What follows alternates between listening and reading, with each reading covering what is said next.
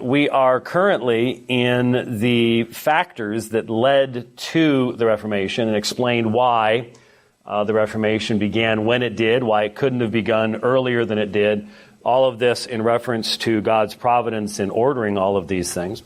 And so we had looked at the corruption in the papacy, the Great Schism, also called the Babylonian captivity of the church, the Avignon papacy, and that this, over the course of centuries, had helped to break down in Western thought the inviolability and power of the Roman papacy. Not to the point where, obviously in the 1870s, you're going to have the First Vatican Council proclaim the infallibility of the Pope.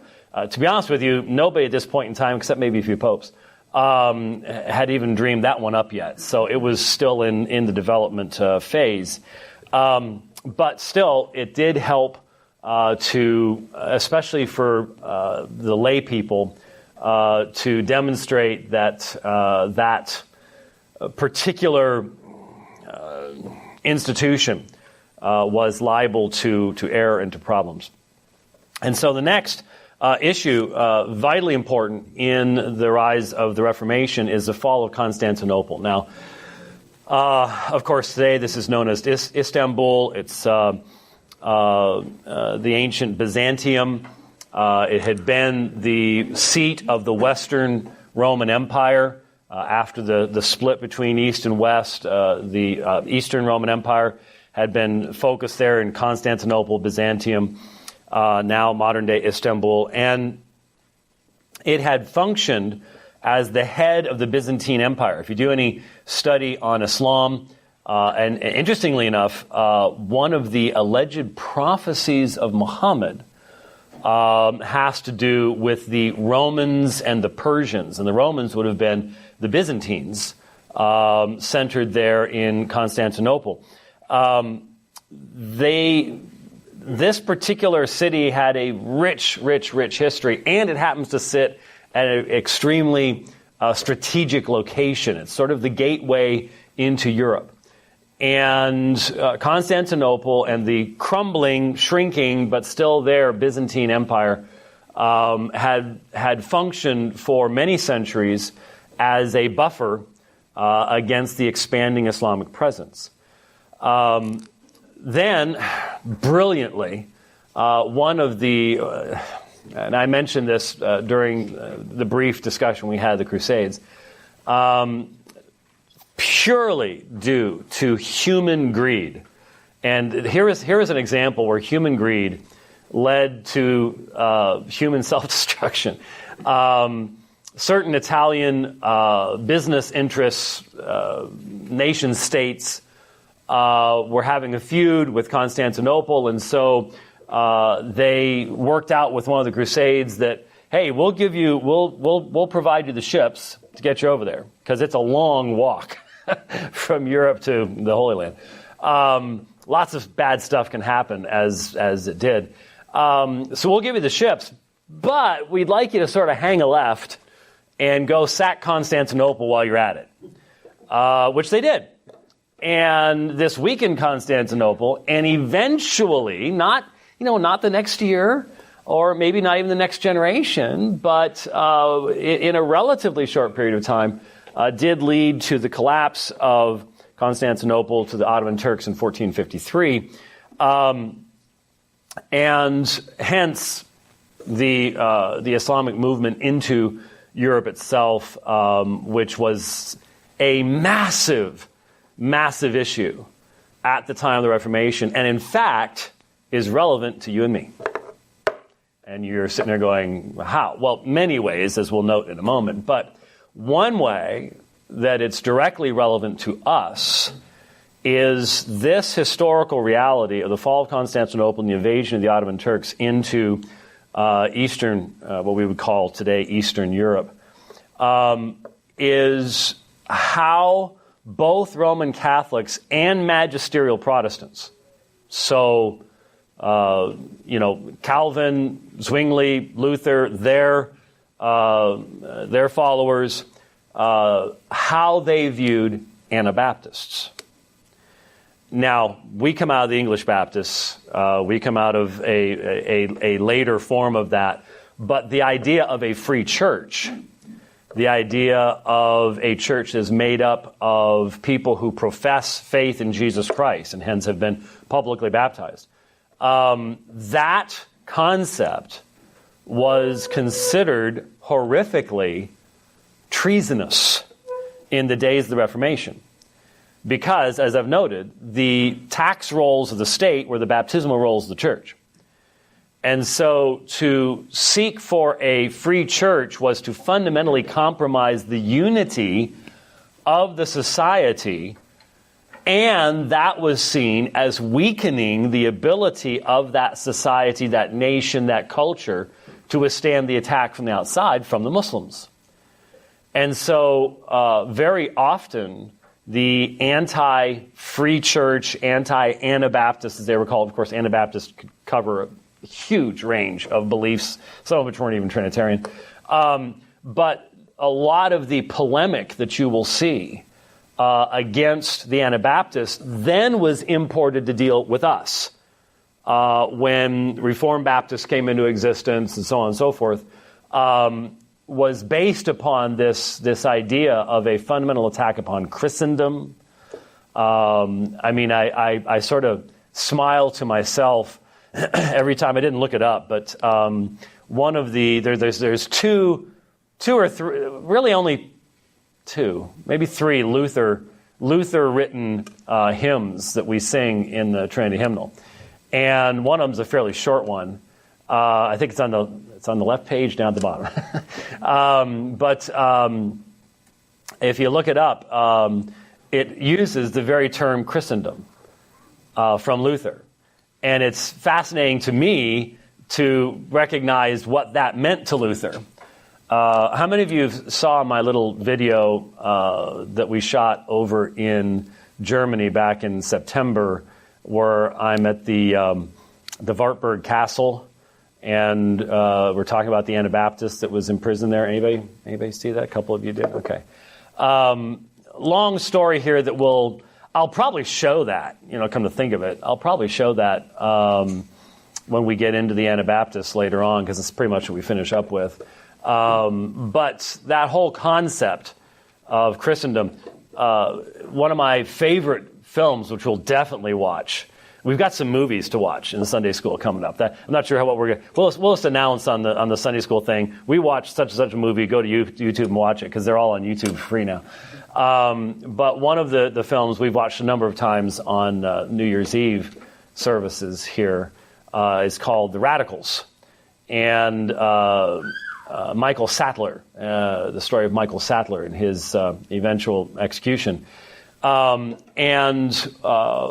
At his trial, he was caught by the Roman Catholics rather than the Protestants, so the Protestants hadn't treated him very well either, and would have done the same thing to him one way or the other.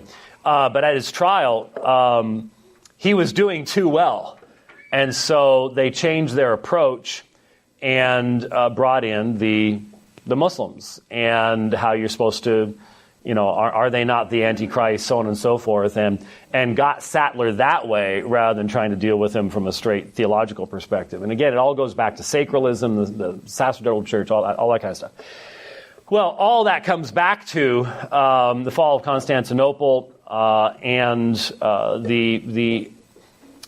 we would identify as political pressures that resulted from that, from the Islamic invasion from the East. But you got to realize we separate stuff out that they did not separate out. And so it's sometimes difficult for us. We try to import our categories backwards into their experience, and it just simply wasn't their experience. Now, what was vitally important, that stuff aside, what was really vitally important was that it's not like the people in Constantinople didn't see this coming. And so many escaped from Constantinople to the West, including many Greek scholars. And they brought their manuscripts with them. And so at the same time that, as we're going to see in a moment, you have the Renaissance and humanism arising, there needed to be original sources for them to be drawing from. And many of those original sources, which remain in various European libraries to this day, were brought into Europe from those Greek scholars fleeing from Constantinople. And so when we think about, when we talk about Zwingli, we're going to talk about how he would do a debate with Roman Catholic priests, and he would simply come in and he'd have two pulpits set like this, and he'd simply put his Greek New Testament down the one and his Hebrew Bible on the other, and that's all he'd use. And this poor priest, all he can do is muddle his way through the Latin Vulgate.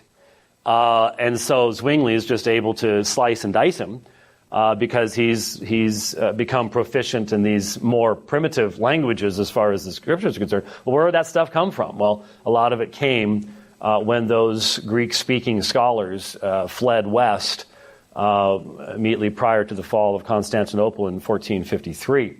And also, they would then be very important in laying the foundation for the relearning of these languages, because even at this time, even for the next 100 years, especially in Roman Catholic countries, learning the biblical languages would bring you under suspicion of heresy. Who are the Greeks? Well, the Greeks are heretics.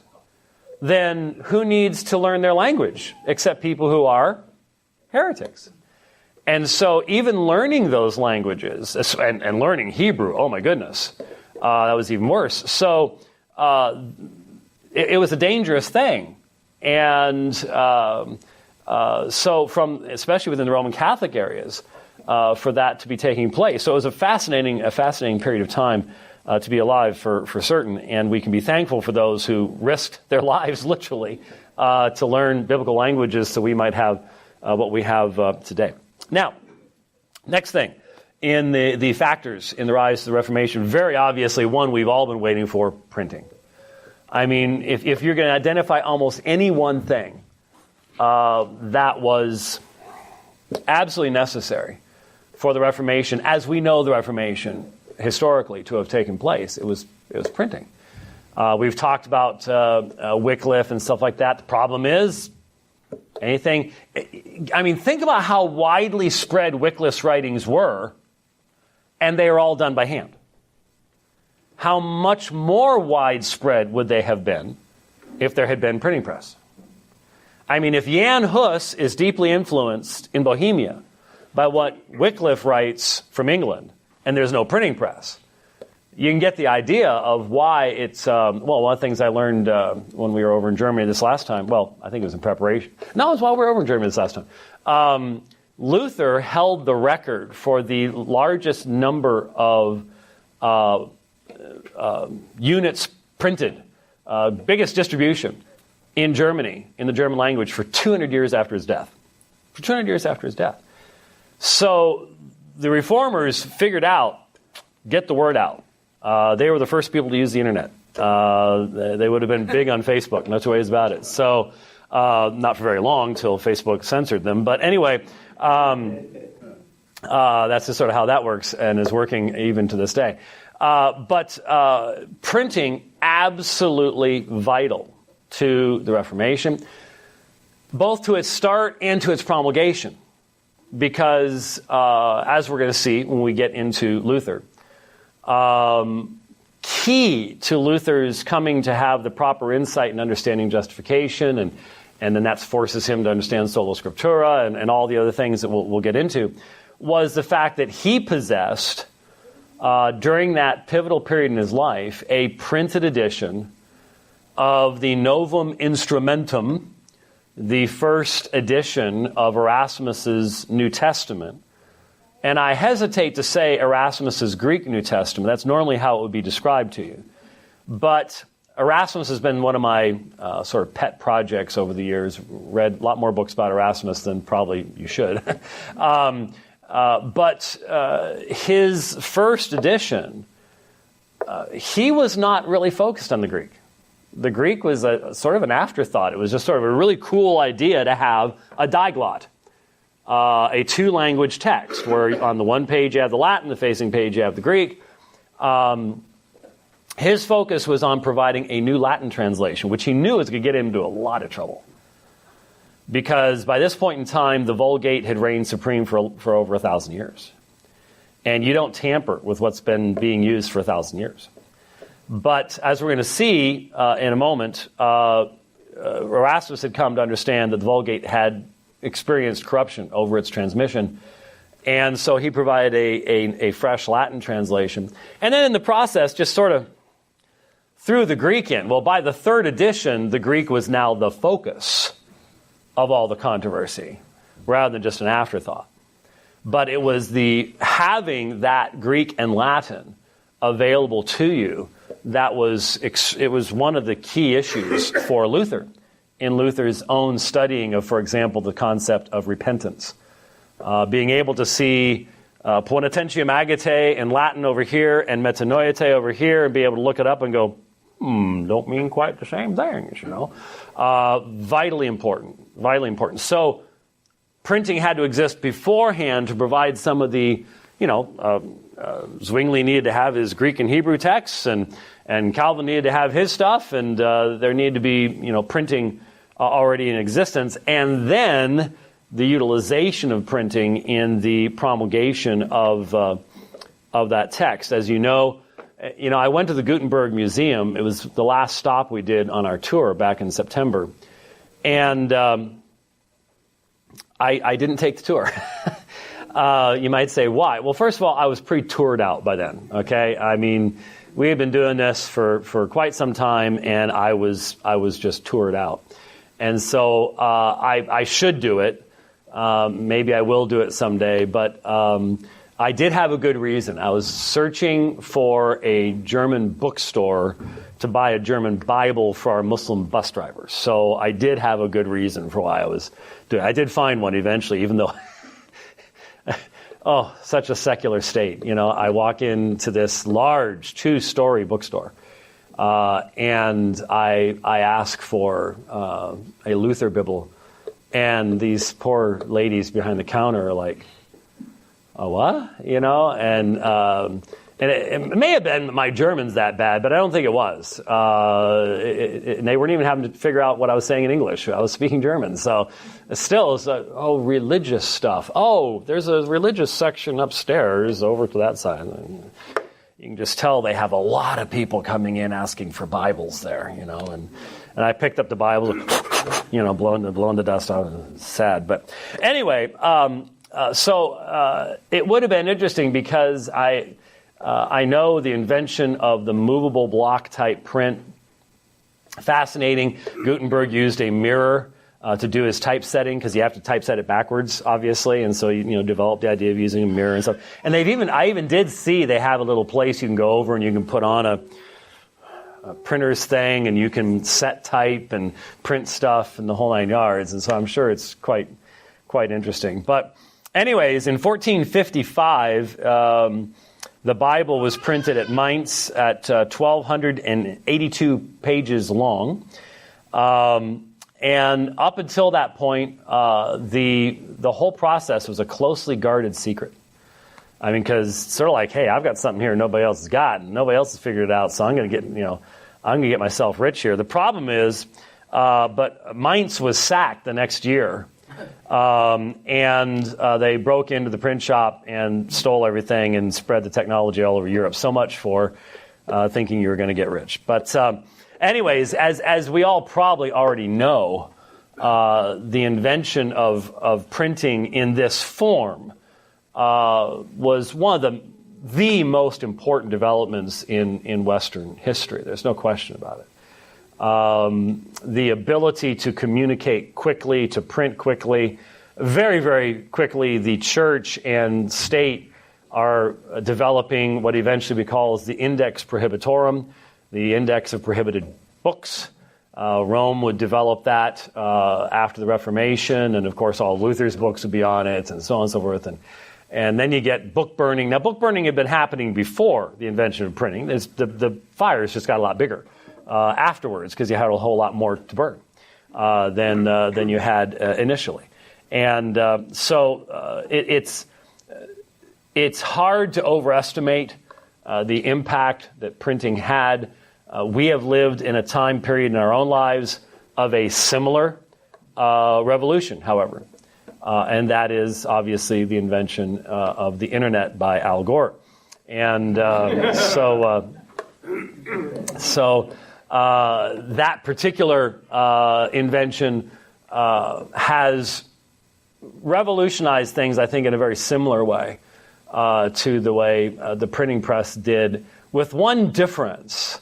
And that is, it seems to me that the invention of printing led to a greater literacy, whereas the invention of the internet has led, I think, to a tremendous diminishment of the attention span of most adults, and hence, I think, to a diminishment in literacy. Because I don't think being able to read a meme is literacy. And if memes tell me anything, most of them can't spell for their lives, even with spell-checking software. I mean, I cannot believe how many times I've looked at a meme, and the point was funny, but it was completely ruined by the fact that the person who produced it could not spell basic English words. And it wasn't because they were trying to be funny either. It's just they didn't know. And it's just sad. So while the modern internet has the potentiality of advancing literacy, it seems that because of its form, more often it produces a shallow substitute for literacy. I don't think you read as much because of it than we did when we actually read books, real whole books, things like that. So just my thought on that. Now, obviously associated with this, the next issue, the Renaissance. The Renaissance. Now, the Renaissance, many people would say the Renaissance contained within it the very seeds of what we now see happening in Europe today, and in a sense, it's true. The wild-eyed secularism, the insanity that we see around us in transgenderism and things like that, can that be traced in some fashion back to the Renaissance? Well, I suppose so. You can trace almost anything back if you really want to work hard enough at it. But are there seeds of the coming humanism and secularism within Renaissance thought? Well, I suppose. I don't think it had to be that way, but you could say that. It is interesting to recognize that the world was changing and something was going to happen. There was going to be some kind of change in European society. It could not remain the primarily rural, agrarian, feudal, the Pope controls everything type of a situation. You know that in 1492, Columbus sailed the ocean blue and discovers the New World. The medieval world was coming apart at the seams. Nationalism was on the rise. Very important to recognize why that's important. Why would nationalism being on the rise be relevant to the Reformation? Real simple. When Tetzel is selling his indulgences in Saxony, under the breath, under people's breath, you had people saying, well, why can't that money stay in Germany and build cathedrals in Germany and help German Christians, rather than going to Italy to build Italian cathedrals? Now, up until the rise of nationalism, you had basically had the idea that people were citizens of the Holy Roman Empire first and foremost, and then you might be in the German area or an Italian area or something like that. But the idea of being a German first and having that as an identity marker, this was something that was, again, important in the rise of the Reformation. Travel was increasing. Remember, during the medieval period, average person never traveled more than 7 miles any one direction from where they were born. That's a pretty small world, very, very small world. I remember my parents commenting back when we lived in Pennsylvania that we would actually meet people in Pennsylvania who had never left the valley in which they lived between the various ranges of the Appalachians.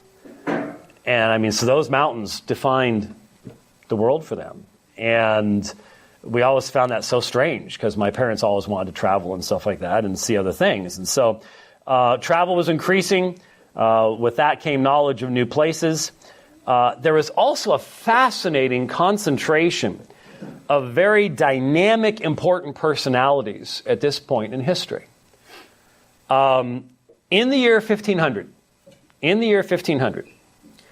Leonardo da Vinci was 45 years old. Christopher Columbus was 45 years old. Machiavelli was 31. Copernicus was 27. Erasmus of Rotterdam was 33. Michelangelo was 25. Raphael, that's actually a painter for those of you who grew up with the Teenage Mutant Ninja Turtles. Actually, most of these I need to define those as because you're a little confused right now. Raphael was 17. Luther was 17. Zwingli was 17. And Calvin would be born in 1509. So that's quite a list of individuals who have had a massive impact upon Western society. And they're all alive at the same time, except for Calvin. He's the second generation, but right afterwards. There was also at this time a shift in economic distribution.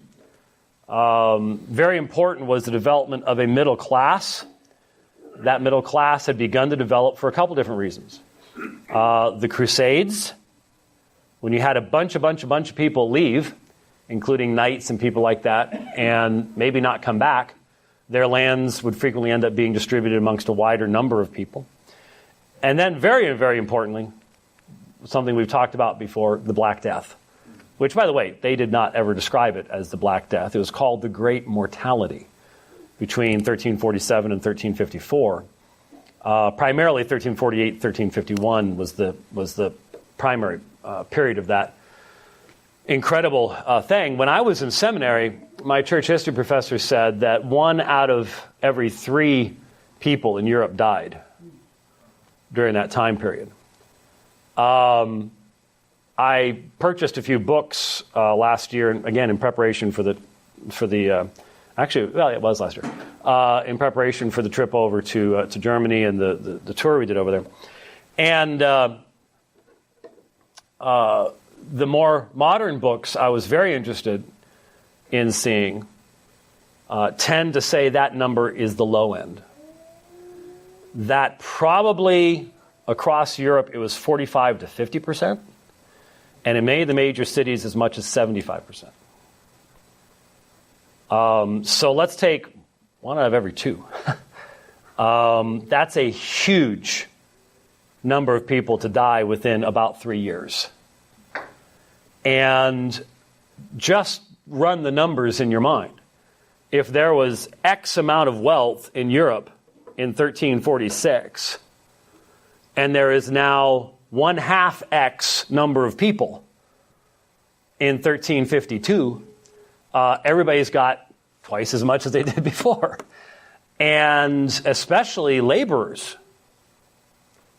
You know, you may still be rich, you may still be in nobility or something like that. Maybe you could hide out, in a high mountain castle and keep away from it. But you still have to have people work your land and bring in your crops and fix your walls. And all of a sudden there's half as many of them as there used to be, which means they can get paid a whole lot more because the guy next down the road gets into a bidding war with you as to who gets the workers.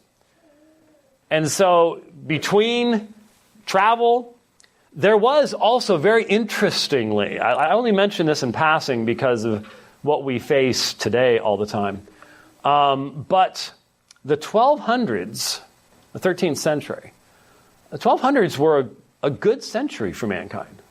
In the sense that there was, and we've been able to prove this with tree ring studies and stuff like that, there was global warming. And it had nothing to do with man. That just happens on its own. There's this thing up in the sky. It's real hot, and it goes through cycles, and just sort of works that way. So it got so warm. Well, there's a reason why it's called Greenland, but it's not green anymore. You were the arable, cultivatable, profitable area of crop growing in Europe went a good bit north. And everyone's, up until the modern period where you have this utter ignorance of history. People knew this for a long time. I mean, I was in seminary in the 80s, and my professor mentioned this. He says, it's been well known that there are a number of, for example, cities in northern England and Scotland that are named in such a way that had to do with vineyards and the growing of crops that you can't grow there anymore. But they once did. It's etched in the walls. So there was a time when it was considerably warmer than it is even now. Can you imagine what it was like in Phoenix then? That's why there wasn't a city here. They were smarter than we are. Yeah, good. They didn't have Palo Verde back then to run all the air conditioners. So when you can plant more crops, guess what? You get more people. And so there is a population boom because you've got enough food to, I mean, that's the big issue is food. And so going into the 1300s, things are looking pretty good, except that it cooled off again. And all of a sudden, those fields that had started producing less and less and less, it's getting colder and colder and colder. And a lot of people have theorized that part of the reason for the great mortality in the middle of that century can be related to the degradation of the food supply and the bringing on of the cold weather and so on and so forth. And so that is a fascinating thing to observe as well that is normally not mentioned by anybody. So the point is you get a middle class, and when you get a middle class, a couple of things start developing as a result. You get banking, because the middle class has money, they want to do something with it. And so banking as an industry begins to develop, especially in Italy, but it spreads from there. And you then have as well, very importantly, the beginning of the spread of universities. You had the first universities in the 1100s in Europe, and now these begin to spread out from the major cities like Paris, and you get larger and larger numbers of universities. The more universities you have, the more opportunity for education, scholarship, research, study of the heavens, study of biology, the whole nine yards begins as you're coming out of those dark ages. And so, as you know, you may know, those universities are very often a hotbed of new ideas. I mean, we'll look at it today. They're not hotbeds of new ideas anymore. You can only have one idea in our universities anymore, and that's whatever Karl Marx tells you. But for many centuries, that's where innovation would come from. And of course, at the Reformation, the church recognized that it was the universities that were of such great danger. That's where the bad stuff was coming from, and they knew that was a problem. Then you have the rise of humanism, and obviously for us, humanism is a bad word. Secular humanism is almost swearing at somebody in our context, but it was part of the Renaissance movement. Italian humanism was at the center of the movement. And the great cry of ancient humanism was ad fontes. Ad fontes, to the sources, to the source, literally.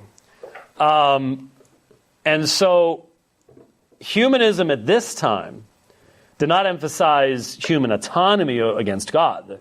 All the humanists of this time period would have been Christians in the sense of a acknowledgement of the supernatural, so on and so forth. But humanism emphasized study, scholarship, and the reading of the original languages over against simply repeating what Peter Lombard's sentences said from the Middle Ages. So it was sort of a reaction against the cold, stilted scholasticism that we had looked at before. It was not primarily a denial of the supernatural. The seeds of today's humanism, however, were definitely present at this time, and you can draw some pretty straight lines over time back to this time period. Now, two of the individuals that we'll look at briefly, well, we'll just look at one now and start on the other. We're not going to be able to finish him this morning. But fascinating fellow that you've probably... How many of you can honestly say that you have ever heard of Lorenzo Valla? V-A-L-L-A. Lorenzo Valla. Mike, are you saying yes? No? Oh, okay. Brother Callahan? Huh? I heard it when I was in school. You heard it when you were in school. That's a good place to hear it. That's a good place to hear it.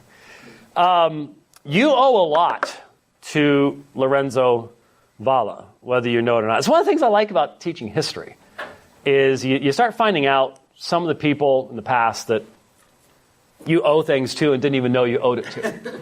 And I think there's something good about us moderns when we start realizing how much we owe to people who came before us. We tend to think we did this all on our own. We didn't. To this time, anachronism. Remember we've talked about anachronism. I've mentioned to you 5-6 times in the course of this study that during the medieval period, if you look at the artwork,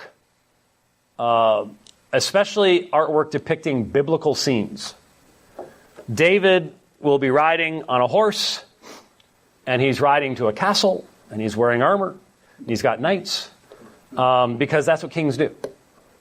And if you don't travel more than 7 miles from where you're born, if you don't ever go to Rome and go, hey, those people look different than their old statues, you end up thinking everything's always been the way it is now.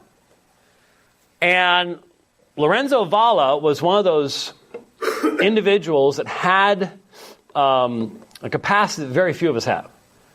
And that was to think outside of the strictures of his particular time frame in history.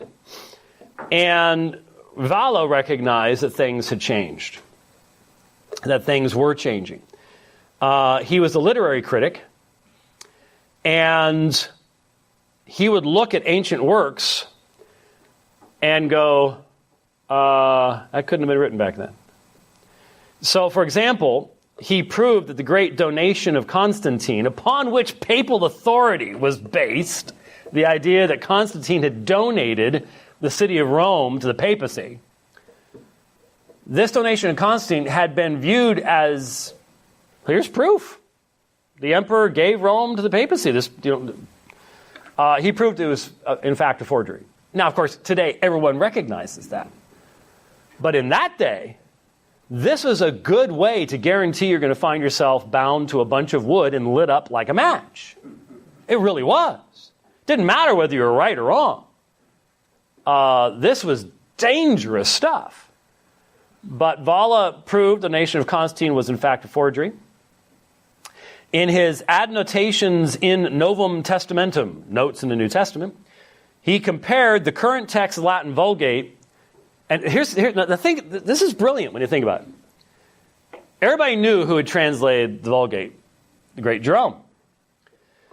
And so I don't know if Valla's just sitting around one day sipping a Pepsi or something like that, but talk about anachronism. But he goes, the Vulgate has been copied and copied and copied and copied, generation after generation after generation after generation for 1,100 years. 1,000 years.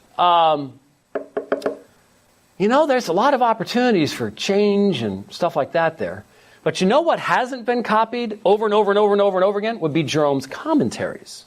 They're not nearly as popular. I mean, they've been copied a few times, but they're not, it's not like the Vulgate. So I bet that if I go back to Jerome's commentaries, I'll be able to find what he originally wrote and compare it with what's in the Vulgate and see if there's been changes. Well, golly, Bob, he was right. He found numerous changes in the text of the Latin Vulgate in comparison to Jerome's commentaries. Now, who would have thought of that? Well, a smart guy did. And that was Lorenzo Valla. Now, like I said, this was dangerous, so he never published his work.